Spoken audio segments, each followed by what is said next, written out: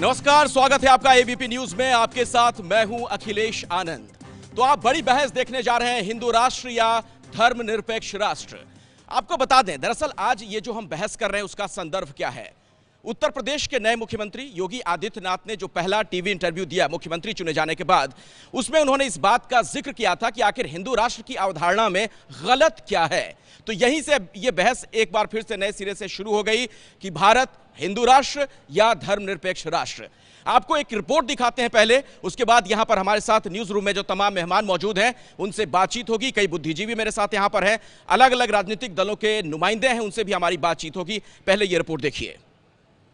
जब ये हिंदू राष्ट्र बनाने की बात करते हैं, सिख, मुस्लिम, ईसाई, पारसी और बुद्धिस्ट लोग हैं, वो कहाँ जाएंगे? हिंदुत्व शब्द जो है वीर सावरकर जी लाए थे, जो कि आर्य समाजी थे। हिंदुत्व का कोई संबंध हिंदू धर्म से है ही नहीं। अगर योगी जी उत्तर प्रदेश से ऊपर उठ के सारे देश के बारे में सोचे तो शायद उनकी अपने आप धारणा बदल जाएगी।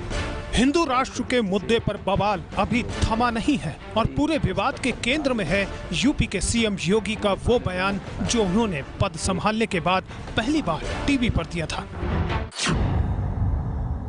हिंदू राष्ट्र की अवधारणा कहीं गलत नहीं है।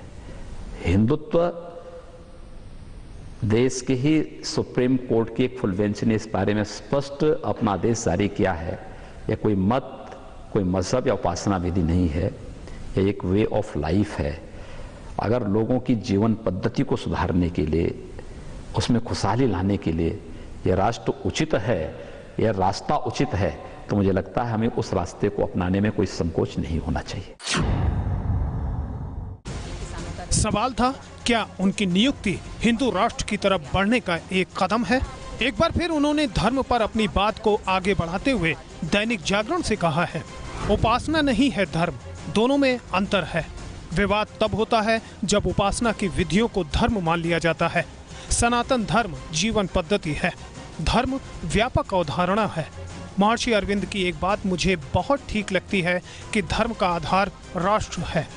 धर्म और मानवता की रक्षा ही धर्म है, जबकि सबसे बड़ा पाप है राष्ट्र की क्षति। धर्म पर योगी की दलीलों के बाद भी बहस कायम है कि क्या देश हिंदू राष्ट्र की तरफ बढ़ रहा है। हालांकि बीजेपी न हाँ कह रही है, न खुलकर न। हिंदू धर्म का व्याख्या ये नहीं है कि सिर्फ हिंदू ही यहाँ पर रहे, दूसरे धर्म के मानने वाले भी रोज रह सकते हैं। हम तो सब धर्म का स्वागत करते हैं, सम्मान करते हैं। ये मजहबी राष्ट्र की बात नहीं है। हिंदू राष्ट्र का अर्थ है सबका विकास, सबका साथ। योगी नेपाल को फिर से हिंदू राष्ट्र बनाने के लिए आंदोलन चलाते रहे हैं और अब उन्हीं के बहाने भारत की राजनीति में भी बड़ी बहस जारी है कि क्या देश हिंदू राष्ट्र की तरफ बढ़ रहा है।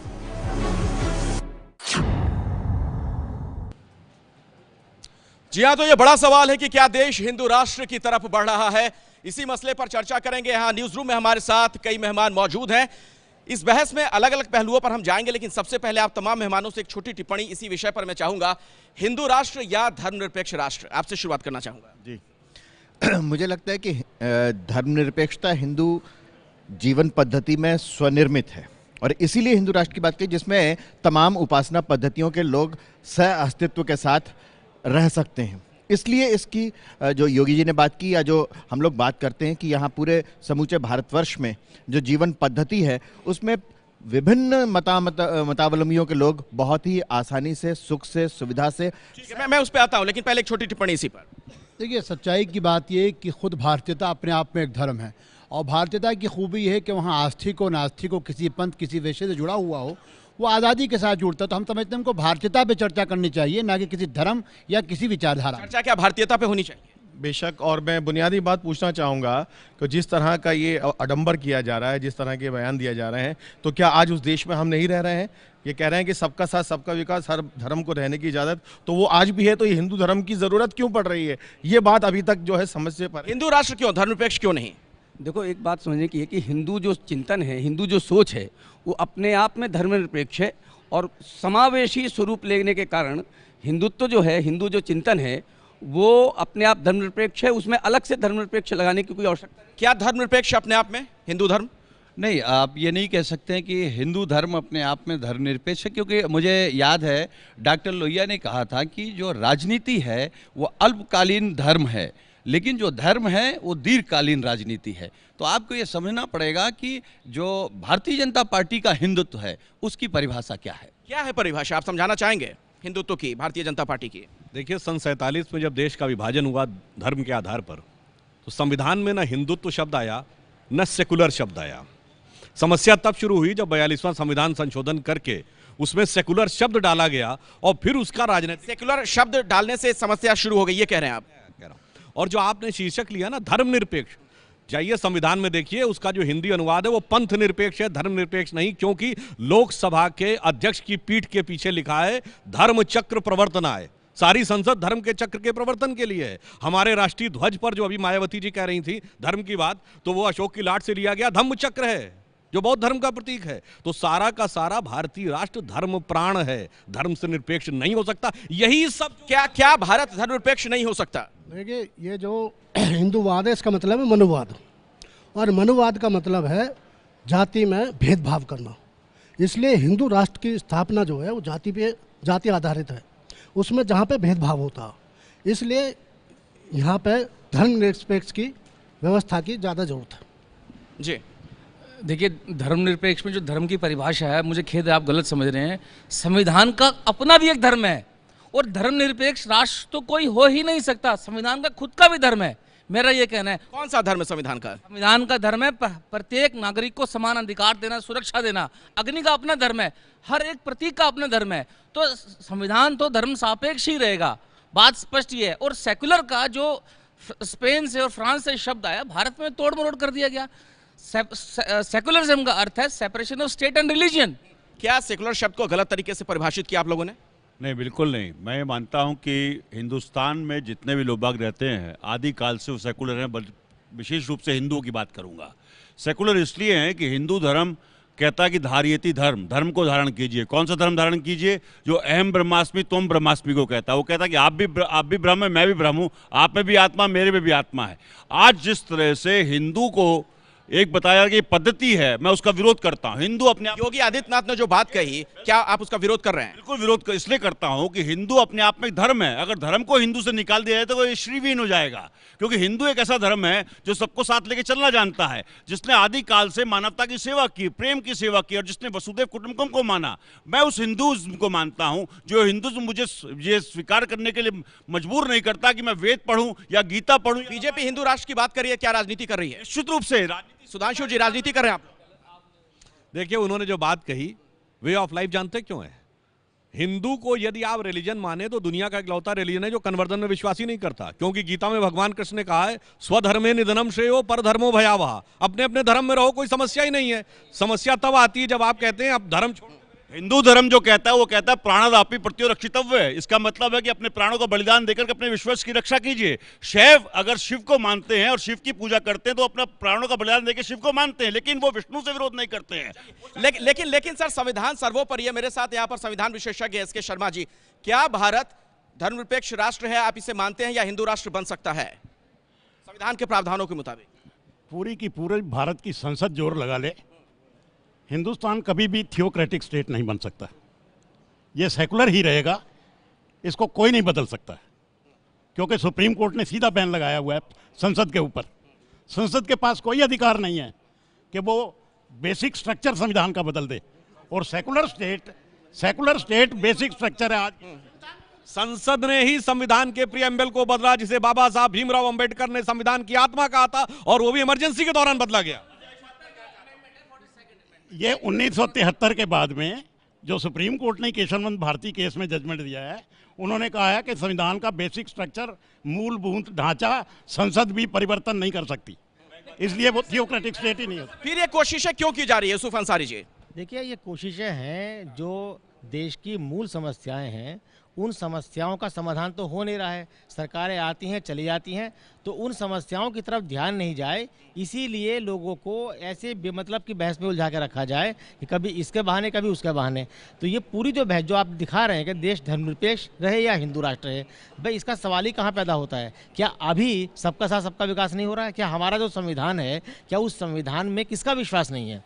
जो इसकी ज़रूरत आके पड़ी है, सब बराबर रहेंगे। हमारा संविधान आज भी नागरिकों को सभी बराबरी का अधिकार देता है और कोई ऊंच नीच का निषेध संविधान करता है, तो संविधान में खामी कहाँ है? और अगर कोई छोटी मोटी खामी है तो उसे संविधान संशोधन के जरिए दूर किया जा सकता है। मेरे साथ हैं राजकिशोर भी हैं, मेरे सहयोगी। राजकिशोर, अगर एक मुख्यमंत्री ये बयान देते हैं कि हिंदू राष्ट्र की अवधारणा में गलत क्या है, क्या ये सही है? देखिए, मुझे लगता है कि अभी हिंदुत्व और हिंदू पर जो चर्चा हो रही है, हिंदू जीवन शैली या हिंदू धर्म है, उससे किसी को आपत्ति नहीं है। लेकिन जब उसका राजनीतिकरण होता है और ऐसा लगता है कि किसी को किसी से कमतर आंकने की कोशिश हो रही है और किसी को नीचा दिखाने की बात हो रही है, तो वो सब कुछ राजनीतिक है और उस स्थिति में ही सवाल उठते हैं, विवाद उठते हैं। जहाँ तक हिंदुत्व की जिस सापेक्ष में, जिस परिप्रेक्ष्य में उन्होंने कही, तो उसमें मुझे कुछ आपत्तिजनक नहीं लगता है। लेकिन जो इसके पीछे मंशा, जिस पर सवाल लोग उठा रहे हैं, उसको क्लियर करना इसलिए जरूरी है क्योंकि खुद प्रधानमंत्री नरेंद्र मोदी ने कहा कि भारत का एक धर्म ग्रंथ है, वो है भारत का संविधान। तो संविधान सापेक्ष सब कुछ होना चाहिए, मुझे ऐसा संविधान सापेक्ष होना चाहिए। विजय विद्रोही, आपको क्या लगता है, फिर इसके पीछे कोई हिडन एजेंडा है? नहीं, इसमें सीधा सीधा है कि जो मूलभूत मुद्दे हैं उनसे लोगों का ध्यान भटकाइए और अपना जो पोलराइजेशन वाली जो नीति है उसको चलाते रहिए कम से कम 2019 तक। हिंदू राष्ट्र क्यों? हम ये क्यों नहीं कहते कि सक्षम राष्ट्र बने, सर्वश्रेष्ठ राष्ट्र बने, सबसे समृद्धिशील राष्ट्र बने, सबसे विकसित राष्ट्र बने? और नरेंद्र मोदी का जो सपना है सबका साथ सबका विकास वाला सपना, उसकी भ्रूण हत्या वो लोग कर रहे हैं जो बार बार हिंदू राष्ट्र की बात उठा रहे हैं। क्या विकास के एजेंडे को इससे डिरेल कर दिया जाता है? कंचन गुप्ता जी। हिंदू शब्द के साथ विकास शब्द का कोई आपसी झगड़ा तो मुझे दिखता नहीं है। लेकिन देखिए, यहाँ पर योगी आदित्यनाथ जी ने जो भी बात कही है, उनसे पूछा गया, उसके जवाब में उन्होंने बोला। उन्होंने कोई ऐसा सुओ मोटू स्टेटमेंट या कोई पब्लिक स्टेटमेंट अपने ओर से तो इशू किया नहीं है। तो इसी पर चर्चा करते रहे तो वो चर्चा चलने दीजिए। 2-3 बातें हैं। एक है, यह याद रखना बहुत ही जरूरी है, भारत हिंदू मेजॉरिटी स्टेट है और अगर संविधान में सेक्युलर शब्द है नहीं है उसको छोड़ दीजिए। उसके बावजूद भी अगर भारत इतने सालों से सेक्युलर रहा है तो not in spite of Hinduism but because of Hinduism. तो ये जो एक हिंदू धर्म या हिंदू पद्धति जो एक वे ऑफ लिविंग है उसको हर बार छोटा करना, ये एक फैशन बन गया है। और इसको कौन कर रहा है कंचन जी? जो लोग कर रहे हैं आज उनकी हालत देखिए। कांग्रेस का कह रहा हूं, कांग्रेस की हालत देखिए और मायावती जी की हालत देखिए।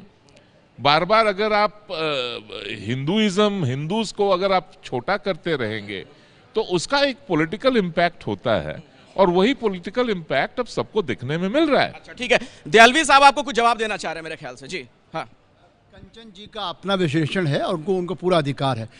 इस देश की सहनशीलता और खासकर सनातन धर्मियों की सहनशीलता ये है कि सुधांशु जी ने बाबा साहब भीमराव अंबेडकर की चर्चा की। वो हमारे संविधान के निर्माता भी हैं, संविधान की रूह भी हैं। लेकिन वही बाबा साहब भीमराव अंबेडकर जब 22 प्रतिज्ञाओं के साथ ब्रह्मा विष्णु महेश का इनकार कर देते हैं, ये हिंदुओं की सहनशीलता है कि और सनातनियों की सहनशीलता कि आज भी उनका सम्मान के साथ कहते हैं। मेरा कंचन जी से ये कहना है कि किस पार्टी का क्या चलो ये बात नहीं है। भारतीयों को अपनी सनातनी और जो हम सब हैं, ये योगी जी ने को नई बात 1944 में मौलाना आज़ाद इस बात को उन शब्दों में कह चुके कि मैं एक भारतीय हूँ और भारतीय संस्कृति में पूरा विश्वास है और उस विश्वास के बगैर मैं अधूरा हूँ। तो मुझे एक बात बताइए, अगर भारत हिंदू राष्ट्र बन जाता है, कौन सा ऐसा बहुत बड़ा बदलाव हो जाएगा जो आप चाहते हैं? अखिलेश जी, यही तो समस्या है कि बन जाता है का सवाल है ही नहीं ना। ये जैसा ही अभी दहलवी साहब ने कहा कि 44 में आज़ाद साहब ने कहा कि जिस भारतवर्ष में रहता हूँ वो हिंदू। मुझे एक बात समझ में नहीं आती कि जब सब लोग कहते हैं कि हम सर्वोच्च न्यायालय का सबसे अधिक सम्मान करते हैं, सर्वोच्च न्यायालय ने कहा हिंदुत्व एक जीवन पद्धति है, धर्म नहीं है, और राजीव त्यागी जी आज फिर एक नए तरीके से उसकी बहस कर रहे हैं। सर्वोच्च न्यायालय की सर्वोच्चता मानने और बार बार कहने के बावजूद उस भ्रम में क्यों पड़ते हैं या गलत क्यों बोलते हैं? राजीव जी, आप भ्रम में पड़ रहे हैं या भ्रम में दूसरों को डाल रहे हैं? मैं बिल्कुल भ्रम में नहीं हूं, ना किसी को भ्रम में डाल रहा हूं। मैं अपने वैदिक धर्म को और सनातनी धर्म को फॉलो करने का काम कर रहा हूं, पहली बात।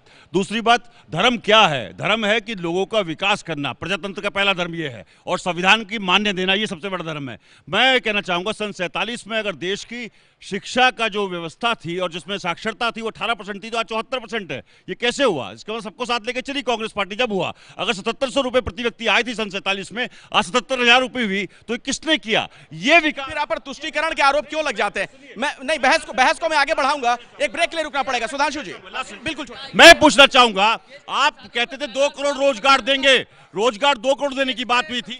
देश के संसाधनों पे पहला मेरा आपसे ये सवाल है, सुनील कुमार साजन जी, आप समाजवादी पार्टी से हैं, जरा ये बताएं, अगर एक मुख्यमंत्री ये बयान देते हैं तो क्या उससे फिर सहअस्तित्व की भावना झलकेगी, जो वो सबका साथ सबका विकास की बात कहते हैं? नहीं, एक तरफ भारतीय जनता पार्टी कहती है कि सबका साथ सबका विकास, और दूसरी तरफ जब हिंदुत्व राष्ट्र की बात करती है तो जो मैं ये कह सकता हूँ कि जो हिंदू है, हिंदू की सही परिभाषा ये है कि आप दूसरे धर्मों को गलत नज़र से, कमज़ोर नज़र से नहीं देख सकते, आप बराबरी से देखिए।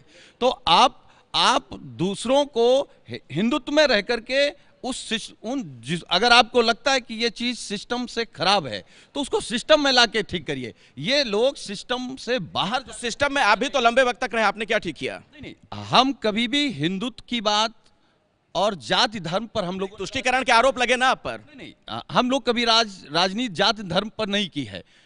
मुझे याद है कि नेपोलियन ने कहा था कि अगर लोग आपसे हक मांगे तो आप धार्मिक बात करिए, वो धार्मिक बातों में उलझ जाएंगे और फिर वो आपसे अपना हक नहीं मांगेंगे। आप नेपोलियन तक पहुंच गए, मैं हिंदुस्तान में रहना चाह रहा हूं। देखिए, वो धार्मिक नहीं, सांप्रदायिक बात करिए, धर्म और उसमें तरह हिंदुइज्म में ही ये भाव है कि सबको साथ में लेके चले। इसलिए मैं कहता हूं भारत दुनिया का इकलौता देश है जहां सारे धर्म पाए जाते हैं। और जब किसी तब तो फिर धर्मनिरपेक्ष राष्ट्र में दिक्कत क्या है? फिर आप हिंदू राष्ट्र की बात क्यों कहते हैं? ऐसा है कि ये जो हिंदुत्व शब्द है ना, यही भारतीय राष्ट्र का मूल आधार है, सिर्फ उसे स्वीकार करने की जरूरत है। 2 तरह का हिंदुत्व की बात हो रही है, जिस तरह पर चर्चा चल रही है वो एक अलग हिंदुत्व की बात हो रही है, और भाजपा और उनके सहयोगी जो हिंदुत्व चाहते हैं, जहां पर मस्जिदों की मीनारों पर उतारा जाए लाउड स्पीकर को, जहां हर हर महादेव की बात आए, जहां पहलू खान और दादरी में अखलाक जैसे लोगों को मारा जाए, क्या ये हिंदूवादी बात करनी चाहते हैं? और तमाम जितने भी हिंदू संगठन हैं, आज जिस तरह से हिंदू नाम का इन्होंने बलात्कार किया है, जिससे लोग डरने लगे, क्या हिंदू शब्द को गलत तरीके से परिभाषित? नहीं, देखो क्या है कि अब तक हिंदू समाज में, जब तक ये बहुत प्राचीन काल से देख लीजिए, यहाँ की सहिष्णुता दुनिया भर में प्रसिद्ध है। दूसरी बात मैं ये कहना चाहता हूँ कि जहाँ 80% हिंदू रहता है, अगर संविधान में ये हिंदू राष्ट्र नहीं लिखा है तो फिजिकली तो हिंदू राष्ट्र है ही है। और इस फिजिकली हिंदू राष्ट्र में आज तक कब किसी को क्या समस्या आई? दुनिया भर के सारे धर्म। तो क्या 80% हिंदू हैं तो 20% की आप नहीं सोचेंगे? क्या कहना? नहीं, मुझे एक बात बताइए, जो सेक्युलर शब्द जो 42nd अमेंडमेंट हुआ, इमरजेंसी के समय हुआ, क्या उसको मान्यता मिलनी चाहिए? आप सेक्युलर तो बोल रहे हैं, आपको दिक्कत क्या है ये बताइए? हिंदू राष्ट्र क्यों आप बनाना चाहते हैं भारत को? हिंदू धर्म का प्रादुर्भाव कहाँ हुआ? इस धरती पे हुआ ना, इस धरती पे हुआ ना, तो इस धरती को हिंदू राष्ट्र तो कहना चाहिए, क्योंकि इस धरती पर हिंदू धर्म हुआ। और सुनिए, क्या मतलब संविधान में आपकी आस्था नहीं है फिर? है। और जो हिंदुत्व की बात कर रहे हैं, हिंदुत्व में देखिए, एक मिनट, हमने कम से कम इन्हें मजबूर किया कि ये हिंदू को धर्म मानना शुरू किए, चाहे वो हमारे मित्र हों, भारतीय जनता पार्टी के अन्य लोग बाग जो बैठे रहते। नहीं, आप पद्धति मानते थे। मैं ये कहना चाहता हूं, अभी मेरे मित्र ने कहा कि यहाँ सारे धर्म पनपे, इसका मतलब क्या हुआ कि हिंदू धर्म आदिकाल से सेकुलर रहा है, उसने कभी किसी के जीवन में हस्तक्षेप नहीं किया। और ये कह रहे हैं कि सेकुलर को आप लोग गलत तरीके से परिभाषित कर रहे हैं, वो पंथ निरपेक्ष या धर्म निरपेक्ष नहीं है। मैं उस धर्म से आता हूं जिसने भौगोलिक रूप से सीमाओं का अतिक्रमण किया अध्यात्म के क्षेत्र में, उसने कभी हिंसा के क्षेत्र में। सुधांशु जी, देखिए, जो आपने अभी हिंदू साम्राज्य की बात कहा हर हर महादेव वाला, तो भारत के इतिहास में हर हर महादेव करके हिंदू साम्राज्य जो बना था, एक बार बना था, जो छत्रपति शिवाजी महाराज ने बनाया, हिंदू पद पातशाही नाम दिया था। किसी के साथ अत्याचार का कोई उल्लेख है? इवन मुस्लिम इतिहासकारों ने भी नहीं लिखा है, ना कोई धर्म स्थल तोड़ा गया। और इतना ही नहीं, सुनिए, छत्रपति शिवाजी महाराज तो उन्हीं की परंपरा में आगे बढ़े थे। और इसके अलावा या महाराजा रणजीत सिंह उत्तर में या विजयनगर साम्राज्य दक्षिण में, कहीं कोई डिस्क्रिमिनेशन कभी भी नहीं था। हिंदुइज्म का मूल स्वरूप है सबको साथ में लेकर चलना, उसका एक कारण है। देखिए, लेकिन फिर आप सबको साथ में लेकर कैसे चलेंगे अगर हिंदू राष्ट्र की बात करेंगे? देखिए, बार बार हिंदू को और अनादिकाल से जोड़ा जा रहा है, लेकिन इतिहास गवाह है कि हमारे यहाँ 8वीं सदी से पहले तो हिंदू शब्द था ही नहीं। ये सब सिंधु नदी के उधर से मुसलमान आए थे, तो उन्होंने इसका क्वाइन किया था। और हमारे यहाँ कंचन जी, बिल्कुल छोटी पूरे करनी दीजिए, हमारे यहाँ आर्य समाजी रहे, हमारे यहाँ बौद्ध धर्म रहा, हमारे यहाँ ब्राह्मणवादी रहे, और जिनका जातीय पद्धति पर बहुत ज्यादा भरोसा था। तो ये शब्द बिल्कुल छोटा। सनातन धर्म इस देश की आइडेंटिटी रही है। अब सनातन धर्म को आप हिंदू धर्म कहें, जो भी धर्म कहें, वो अलग बात है। हिंदू राष्ट्र या धर्मनिरपेक्ष राष्ट्र, एबीपी न्यूज पर ये बड़ी बहस आप देख रहे हैं। इस चर्चा को आगे बढ़ाएं उससे पहले जरा अलवर की घटना का जिक्र। अलवर जहां पर गो तस्करी के आरोप में एक शख्स की पीट कर जान ले ली जाती है। इस घटना ने कई सवाल खड़े किए। राजनीतिक रंग लेता हुआ भी यह पूरा मामला नजर आ रहा है, लेकिन जिस तरीके की यह घटना थी और उसके बाद जो कुछ हुआ उस पर जो प्रतिक्रियाएं मिली हैं वो जरा हम आपको सुनवाते हैं।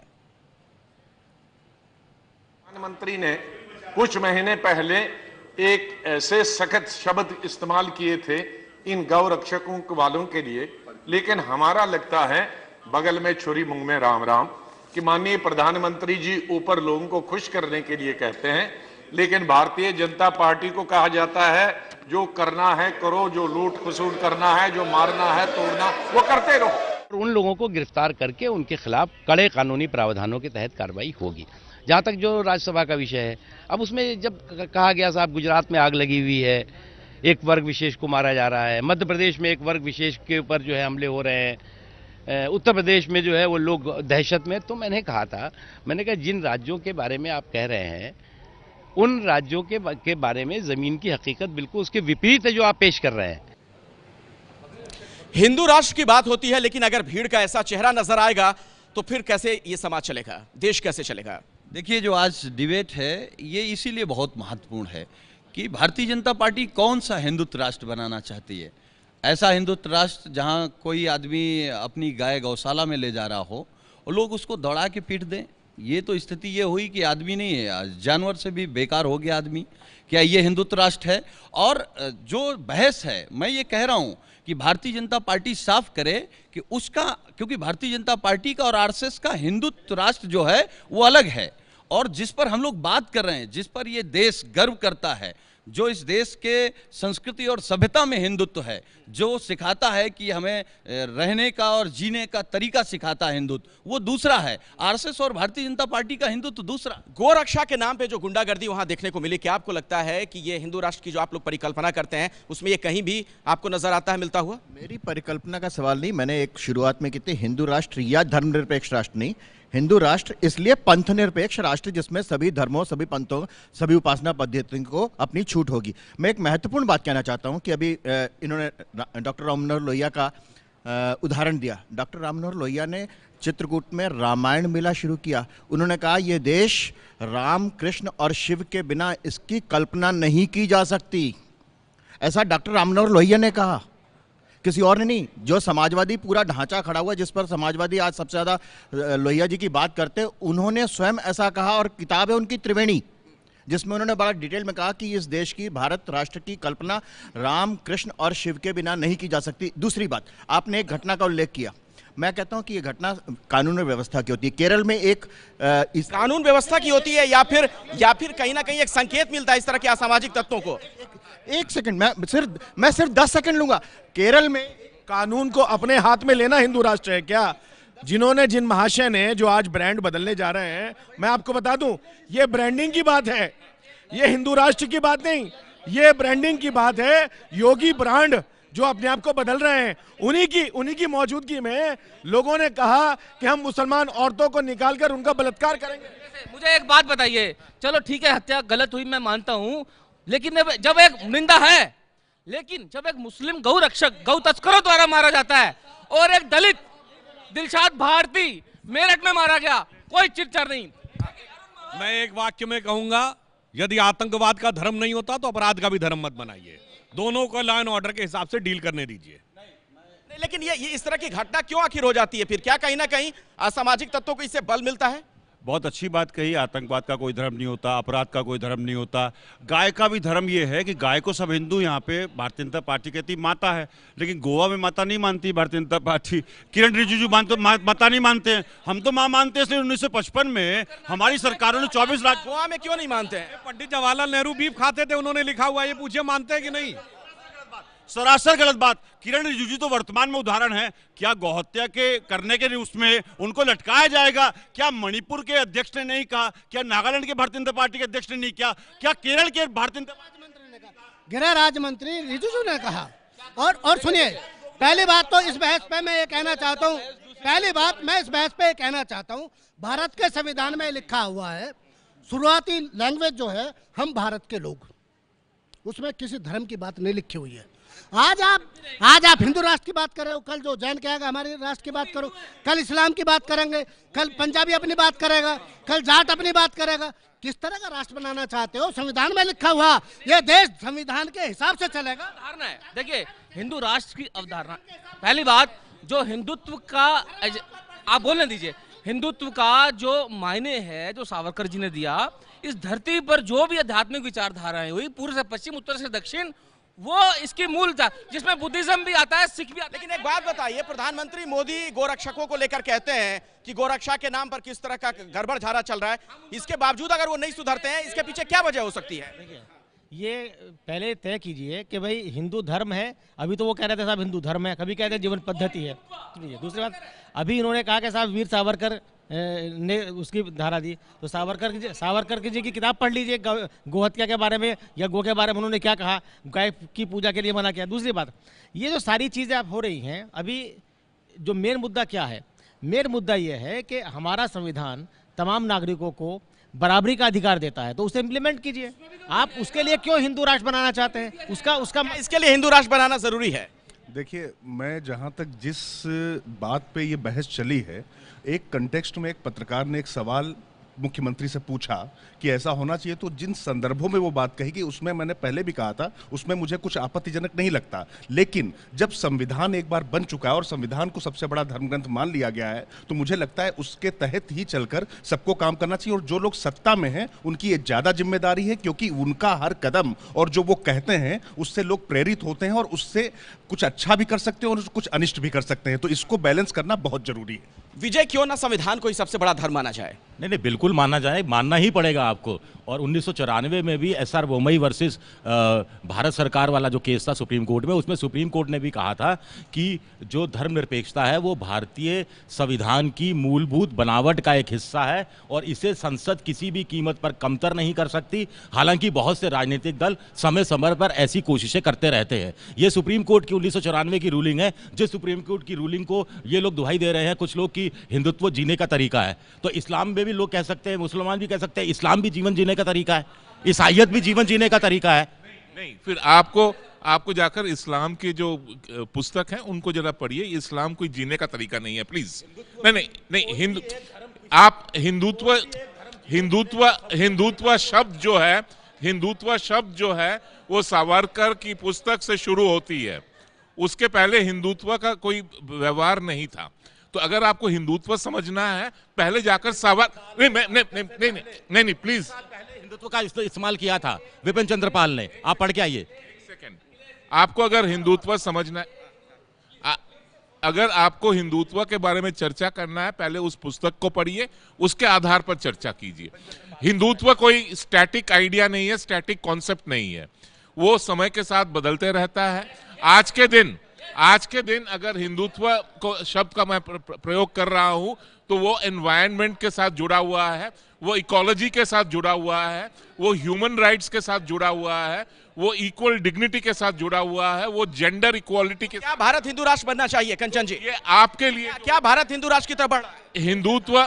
हिंदुत्व कोई आइडियोलॉजी नहीं है। हाँ, तो क्या ये हर धर्म पर लागू नहीं होगा?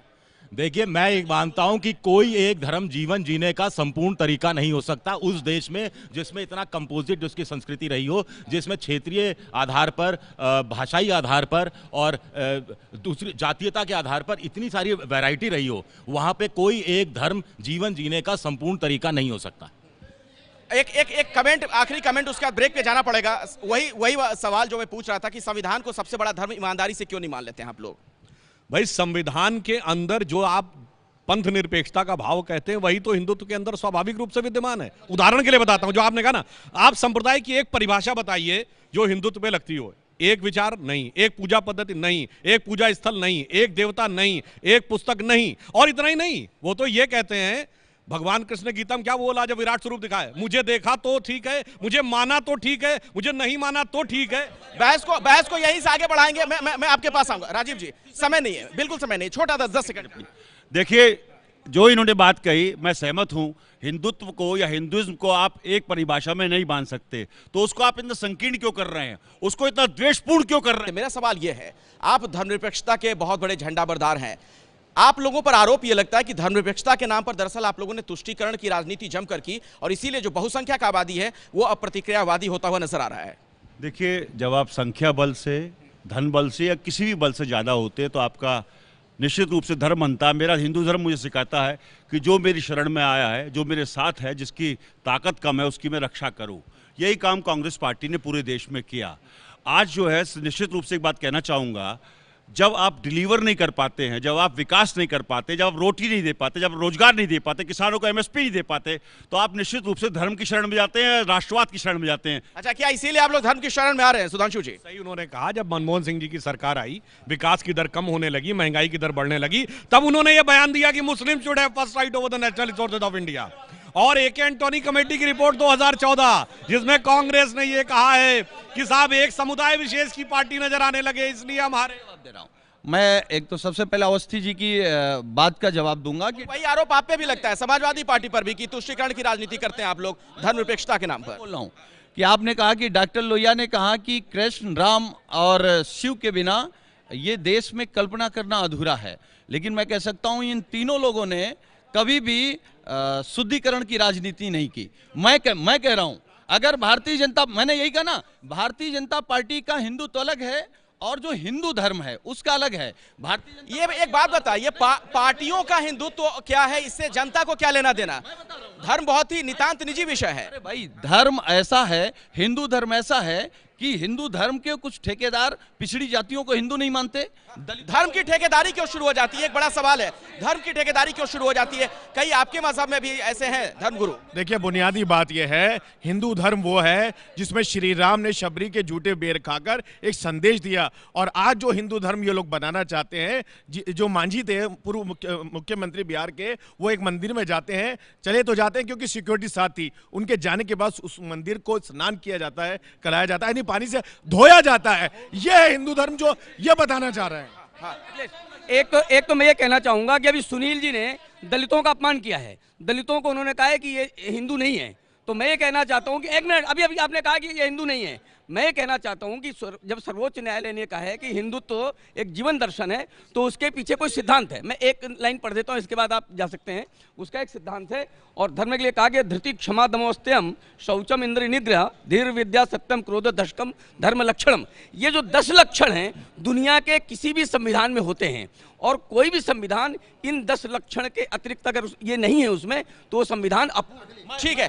लेकिन धर्म के नाम पर जो ठेकेदारी होती है, धर्म तो नितांत निजी विषय है, उसे आम लोगों तक रहने दीजिए। देखिए, बहुत देर कर दी, मेहरबान आते आते 2 बातें कहूँगा। पहली चीज़, योगी जी ने जो एक बात कही जिस पे हमने चर्चा अभी तक नहीं कर रहे हैं, राष्ट्र की बात कर रहे हैं। एक ज़माने में स्टालिन का ये कहना था कि तुम बहुत अच्छे हो, तुम बहुत पढ़े लिखे हो, तुम मानव कल्याण के लिए काम, क्योंकि तुम कम्युनिस्ट हो। कहीं ऐसा ना हो कि तुम बहुत अच्छे हो, तुम राष्ट्रभक्त हो इसलिए कि चूँकि तुम हिंदू हो। समझ रहे हैं? ये जो राष्ट्रभक्ति होगी वहाँ आस्तिक भी होगा, नास्तिक भी। दूसरी बात, अभी सुधांशु जी हम चर्चा कर रहे थे, भारत के अंदर जो इस्लाम इतनी बड़ी तादाद में फैला, यानी पाकिस्तान और बांग्लादेश भी इसमें, उसकी बुनियादी वजह क्या थी? यहाँ वो सिद्धांत था कि भारतीयता को ही अपनाया जाएगा, ठीक है, लकुम दीनुकुम वाली। इसीलिए यहाँ पे अरबी का प्रचलन नहीं हुआ, यहाँ भाषा नहीं बदली गई। यहाँ वही देश है जिसने बहुधर्मी देश में किसी एक धर्म को कैसे थोपा जा सकता है? बिल्कुल छोटा सा कमेंट। अखिलेश जी, छोटा सा कमेंट नहीं हो सकता, लेकिन यहाँ पर मैं इसलिए कह रहा हूँ आपको कि यहाँ पे तमिलनाडु का मुसलमान तमिल बोलता है, तेलुगु का, आंध्रा का मुसलमान तेलुगु बोलता है, बंगाल का मुसलमान बंगला बोलता है, क्योंकि वो भारत का है।